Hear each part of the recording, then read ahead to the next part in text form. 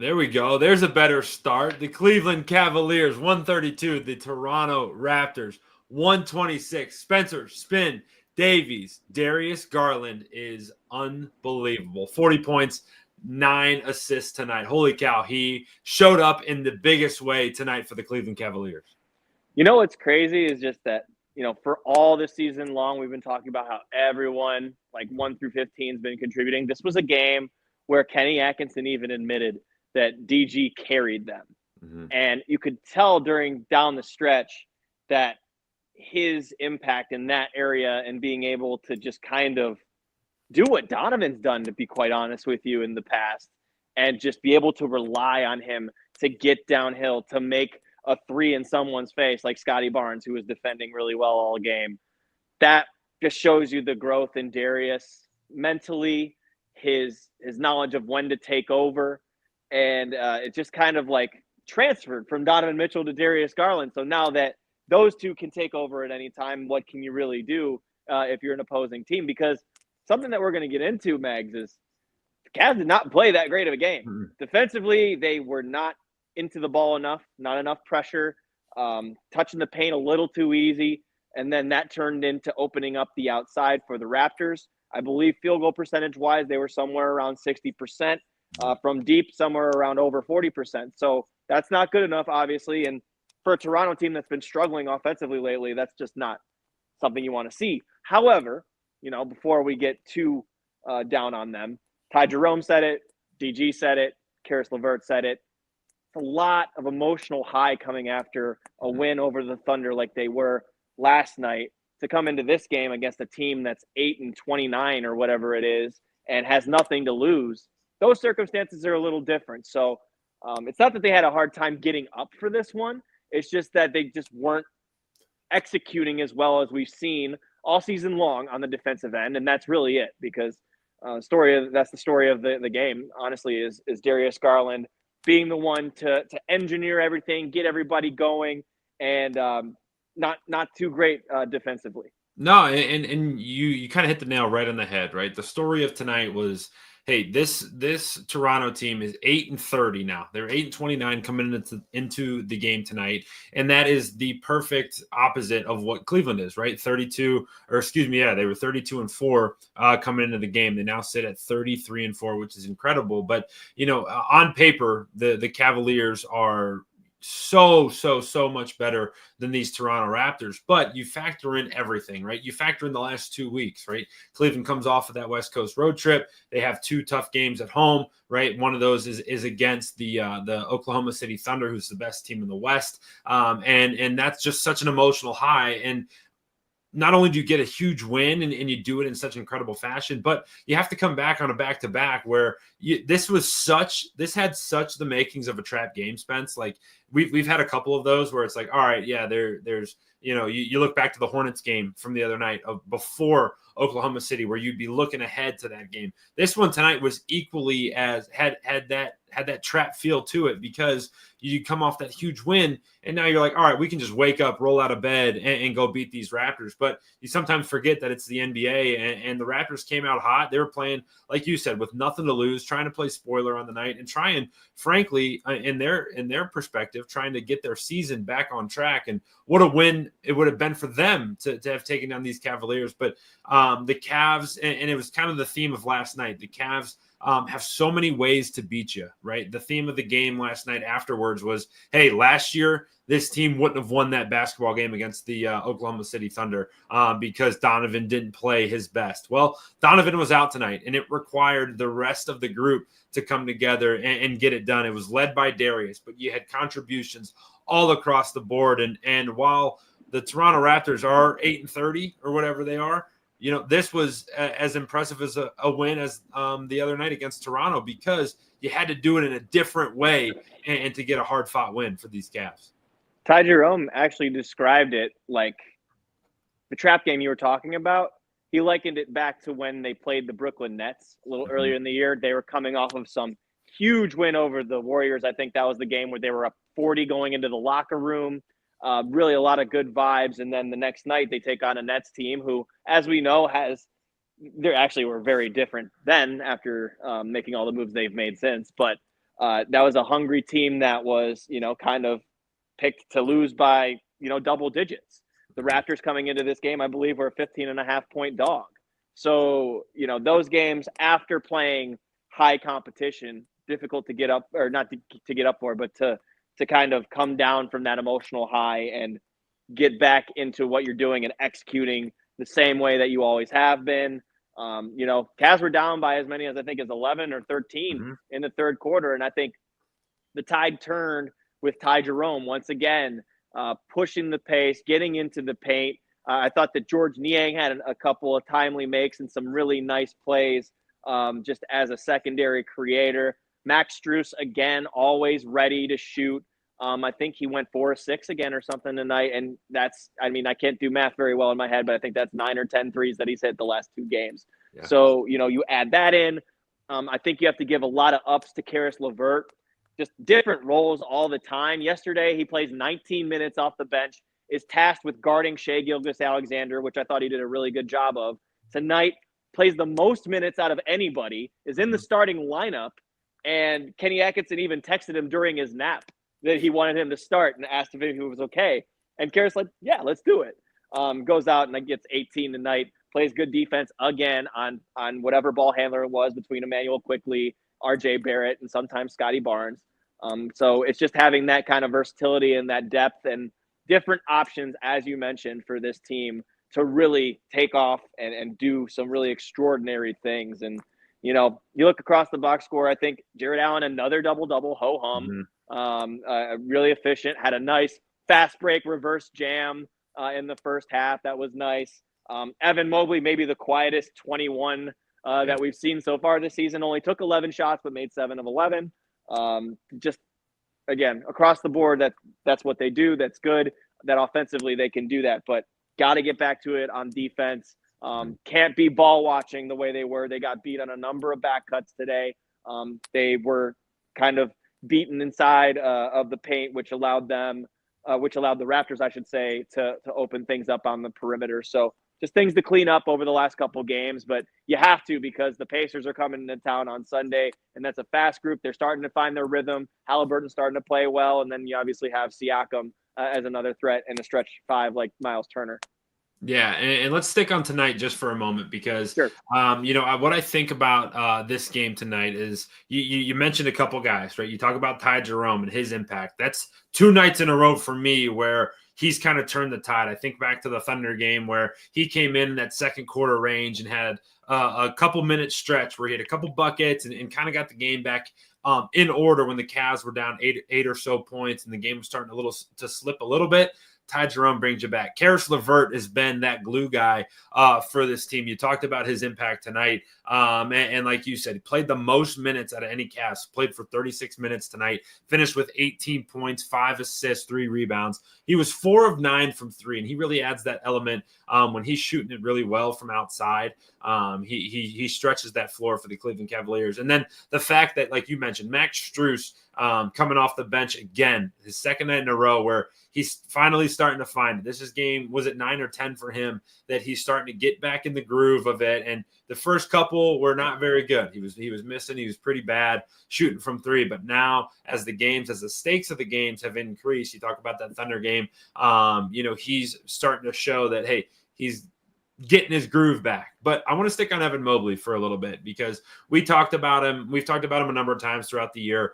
His coming out party obviously was against against Oklahoma City, against Isaiah Hartenstein, where it was very evident. There's clips going around on social where old Evan Moeglin is getting pushed around by Isaiah Hartenstein in the past. But now he's put on some weight. He's grown. He's matured. He's owning his spot in the post. And now you see it tonight.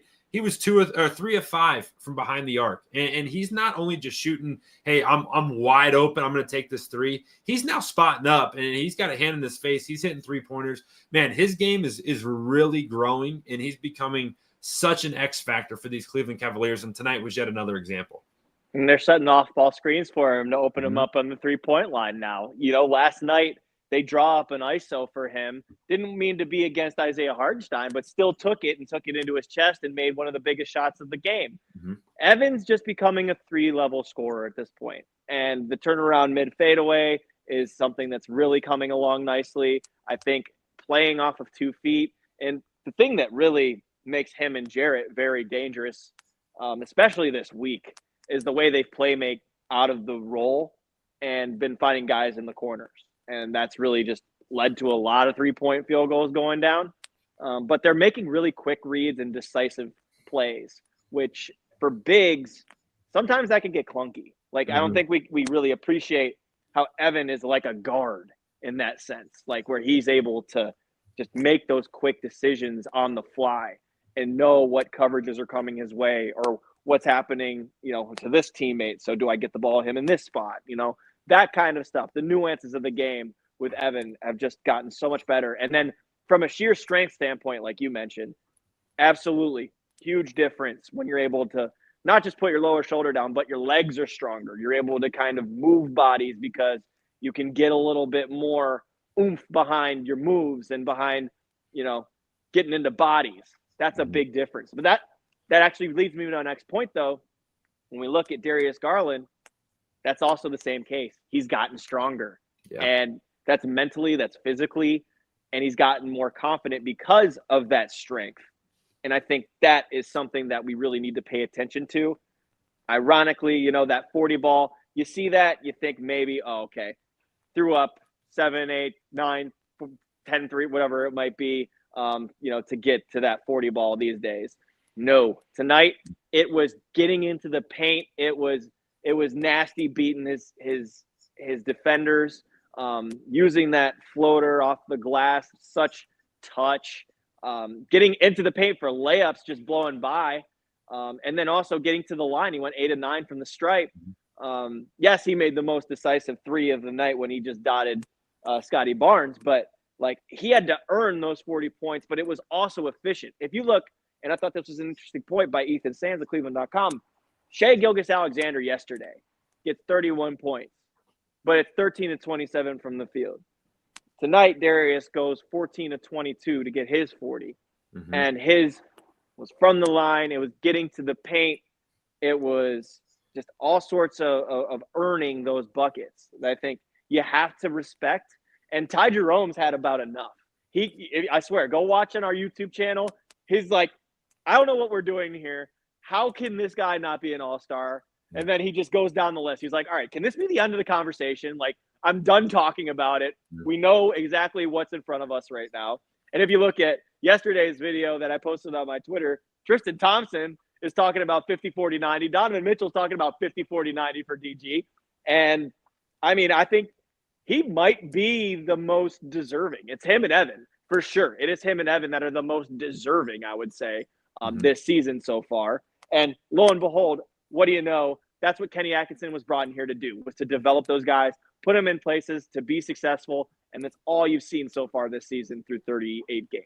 Yeah, so I think that conversation, you could peel that back as many layers as you want. It goes from those guys' development, those guys' growth and their strength and their confidence. But it also goes back to the faith that this front office, Kobe Altman deserves a ton of credit for, pretty much everybody in Cleveland, everybody around this Cleveland Cavaliers team was calling for a shakeup of this core 4 of this group. And he stood fast. And, there's not many people. I'm not going to sit here and say that I was like, hey, stick with these guys. I certainly was not. I didn't have the platform to say it, but I definitely was thinking that a shakeup was necessary. And they stuck with it. And the proof is in the pudding now, as these Cavaliers are really, really tough to beat, and they've gelled so well. And you can tell that, this is a group that has incredible chemistry and has been together for so long. So appreciate everybody jumping in with us as we recap the Cleveland Cavaliers 132-126 victory over the Toronto Raptors. And want to stick on a couple guys here. The one I want to go to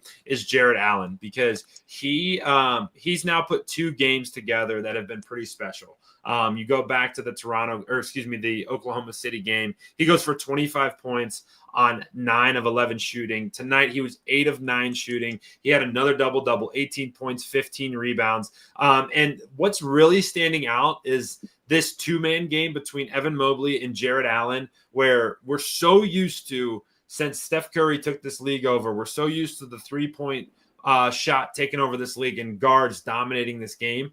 but Cleveland has this old school feel where they have two bigs who work off of each other incredibly well, and Jarrett Allen is certainly a beneficiary of that, as he's been incredible, obviously as of recent, but throughout this entire season so far. He has.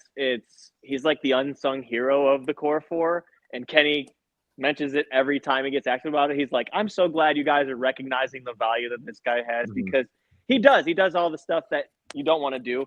Donovan Mitchell's constantly saying, this is a guy who could be an all-star anywhere he wants to be. He could demand his touches. He could be pouting and doing all that other stuff. Man, Jarrett's just been taken like a champ this year. And it's awesome to see the last couple of games, especially that you see it come up in the box score, and especially the West Coast trip. Kenny did say he thinks that Jarrett did have a lull maybe, sometime last month, and that's kind of normal. But, man, you can just tell when Jarrett Allen is physical and he's able to do what he's able to do with the pivot foot, passing out of the roll again, finishing in traffic, and then defensively, we don't even get to the defensive part when he's blocking shots. But for me, it's the traffic and the chaos he causes when the ball is coming off the rim. And yes, you can look at just rebounds and see that, but it's the constant battling for the boards, battling for the 50 balls. He had 4 steals yesterday. Like, he has so much value to this team. He had a bone-crushing screen on Davion Mitchell earlier today. That was just that should be honestly in a highlight reel, because Davion Mitchell's a hell of an on-ball defender, and he ran into a brick wall when Jarrett was there. But Jarrett's maturation physically, too, is something that Kenny talked about. You'll see that in his post-game press conference on our YouTube channel. That, I think, is a big part of it. And, last couple of games, face off against Isaiah Hartenstein, Jakob Poeltl tonight. Those are not small guys. They are physical guys, and they really crash the glass and make it tough on you. So, A-plus effort from Jarrett Allen both nights. All right, Spin. We brushed on it a couple times, but you were in there when Kenny Atkinson was talking about the defensive effort tonight, and obviously, yes, this game can be looked at in 2 lights. First is that it's a hard-fought win. It's a game you should win, but it is tough. It's tough coming off that emotional victory over the Thunder. There's a lot of stuff. Donovan Mitchell's not playing, all those things, but the Cavs have built this team off of their defense, and tonight that wasn't there. They give up 126 points to the Raptors. For example, you only give up 122 to the Oklahoma City Thunder, the best team in the West, just the night before. So, Spin, paraphrase it, do whatever you want, but talk about what Kenny had to say about this team's defensive effort tonight, because I know he was not happy. He wasn't. They're not turning him over enough. There's not enough ball pressure there. This isn't coming from Kenny. This is just coming from me. I thought they were just ball watching a lot tonight, and losing guys off ball, which, that can happen sometimes. But this Raptors team's had a lot of trouble offensively, so that's just kind of like, you guys got to be better than that in that sense. But Kenny also put a lot of the onus on him for not getting his guys up enough for this game, and to hear a coach have that kind of accountability is really refreshing. And, that trickles down to the team. DG and Karras and Ty Jerome, they all agreed with Kenny. It was not a good game. And I think them being honest with themselves in that way is also something where you see that maturation and that growth mentally, and just kind of having that transparency with one another really goes a long way. And that's when it's crazy, because Kenny was like, I was fully prepared, my speech coming into this press conference, that we had the stinker tonight. It happens at, a decent amount during the NBA season. But, if we weren't so good, then we would probably have 10, 11 losses by now. Yeah. But because they're so good offensively, even on their bad defensive nights, they're able to overcome it. He does not want them to be reliant on their offense every single night. They want to get back to that defensive identity that we've seen in the past and most of the season, just not these last couple of games. So they're aware. Kenny is definitely looking at that, and it's going to be something they address in practice, I'm sure. Yeah, and as cliche as it is, these games are tough, right? You don't want them to be tough, and coaches can do whatever they want to try to combat this, but this is a hard situation to be in, just with everything that's surrounding this game, a back-to-back, a team that you should beat, just getting out of bed, and it's tough to sometimes get up for those games. So the Cavs certainly didn't play a wire-to-wire game that we've seen in the past, but they do escape with a victory. Now, Spin, looking forward here, a 3-game stretch is very important. You go back-to-back. You go a home and home, or I suppose I should say a home and away against the Indiana Pacers. Starts on Sunday, so you get a couple days off, which is really nice. But you get a home game on Sunday to start it, and then you go to Indianapolis to take on the Pacers, and then you get the rematch between the Cavs and the Oklahoma City Thunder coming later next week. So what in your opinion, Spin, is this team going to be working on, or what's their expectation heading into this 3-game stretch that's frankly pretty important, especially for where they're at in the season,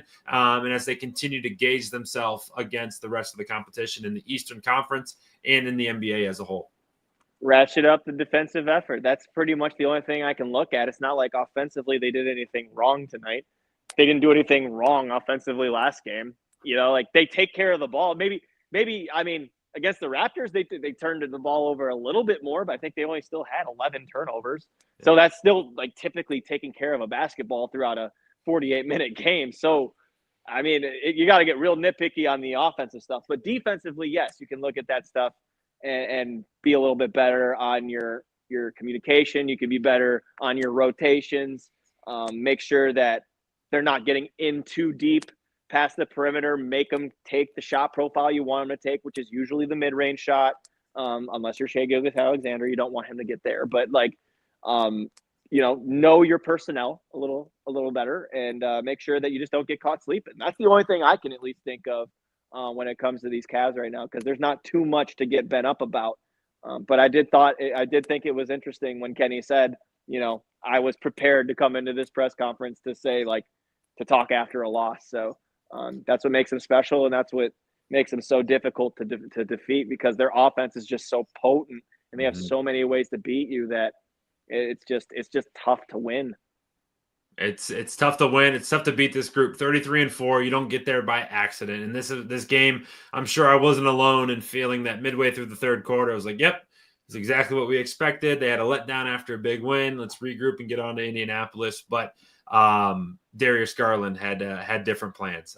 He saves the day, goes for 40 points, 9 rebounds in the Cavaliers. He pulls the Cavaliers to a massive victory. All right, Spin, I'm putting you on the spot. We talked basketball. If you're watching this game, I'm sure you have some kind of feel about the Ohio State Buckeyes tomorrow taking on the Texas Longhorns. Real quick, 1 second. Is the Buckeyes getting the victory tomorrow against Texas in the college football playoff semifinal? 48-23. You heard it here first. 48-23. 48-23 Buckeyes.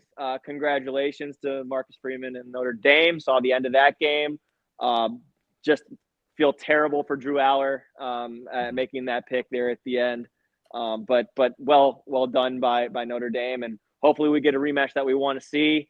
That was a great game a couple years ago that the Buckeyes played against Notre Dame, so can't wait for that one if we get there. We'll see. Let's How many eyes do you got, bro? You're in the press conference, you're at the Cavs game, you're watching Drew Aller throw picks, you're watching Notre Dame win. What do you got going on here? You got to multitask, man. It's just just goes along with the territory. Folks, this is the hardest working man in sports, Spencer Spin Davies here. Appreciate everybody jumping in with us tonight as we recap the Cleveland Cavaliers 132-126 victory over the Toronto Raptors to move to 33-4 on the season. We got you covered with so much content here. So get us here on our YouTube channel, Cleveland Cavaliers on SI. Hit that subscribe button. If you're with us on Twitter tonight, thank you very much. Hit that follow button. And if you're catching our stuff, our content on si.com/NBA/Cavaliers. We certainly appreciate you going there. And we got you covered wall to wall with content. I know our team outside of Spencer and I are working really hard to keep that content fresh, keep it new, and keep it full for you guys as you're searching for all the stuff that you can get on these Cleveland Cavaliers, because this season is one that's super special, and it's one that's going to continue going on. The Cavs up next are Sunday night against the Indiana Pacers. Then you got 2 primetime games. You got a TNT game out in Indy against the Pacers again earlier in the week, and then you're back on ESPN against the Oklahoma City Thunder next week. So 2 big primetime matchups for these Cleveland Cavaliers, and we'll have you full of content over here on our site. So for my partner, Spencer Spin Davies, I'm Anthony Moeglin. Thanks for hanging out with us tonight on the Cleveland Cavaliers on SI YouTube channel.